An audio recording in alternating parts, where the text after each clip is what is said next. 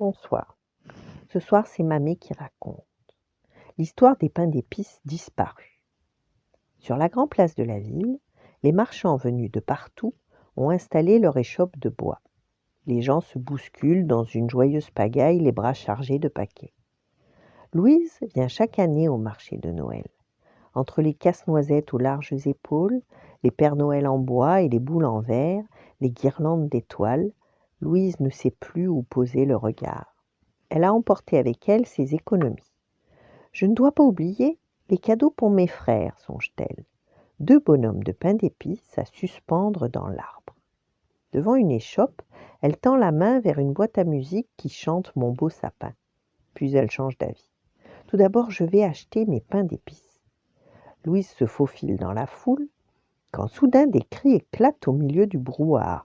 Mes pains d'épices, mes bonhommes en pain d'épices, ils ont disparu, s'affole une jeune vendeuse. Ils ne peuvent pas s'être volatilisés, ils étaient là il y a encore 10 minutes. Je me suis absentée un instant, et quand je suis revenue, pouf, plus rien, envolé. Je remplace ma grand-mère, qui a pris sa retraite, mais cela ne lui est jamais arrivé. Tout le monde se met à chercher, dans les sapins, sous les tables, derrière les échoppes, dans les cartons. Rien. Louise est très déçue. Maintenant, il est tard. Il faut rentrer. Elle s'engage dans une petite rue, quand tout à coup, elle fronce le nez. On jurerait une odeur de pain d'épices. Elle s'approche d'une petite maison éclairée. « Quelle surprise! Vous êtes venue, dit une petite voix frêle. Vous nous manquiez tant, ma Minette. Nous avions envie de vous revoir cette année, répondent en chœur des petites voix flûtées. Louise jette un coup d'œil par la fenêtre. Elle n'en croit pas ses yeux. Des bonhommes de pain d'épices dorés et moelleux sautent sur les genoux d'une vieille dame.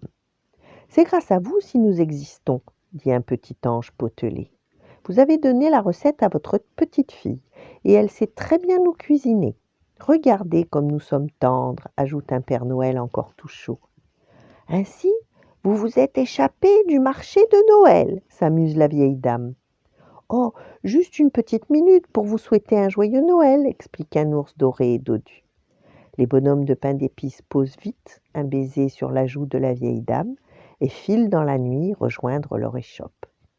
Un Saint-Nicolas se retourne une dernière fois en agitant la main et il aperçoit Louise qui les regarde stupéfaite. « Chut !»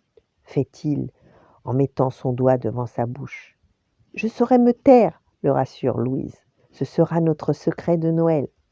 Mais je reviendrai vous voir demain, car moi aussi, j'ai une surprise à faire à mes frères. Voilà. Bonne nuit, faites de beaux rêves et à demain. »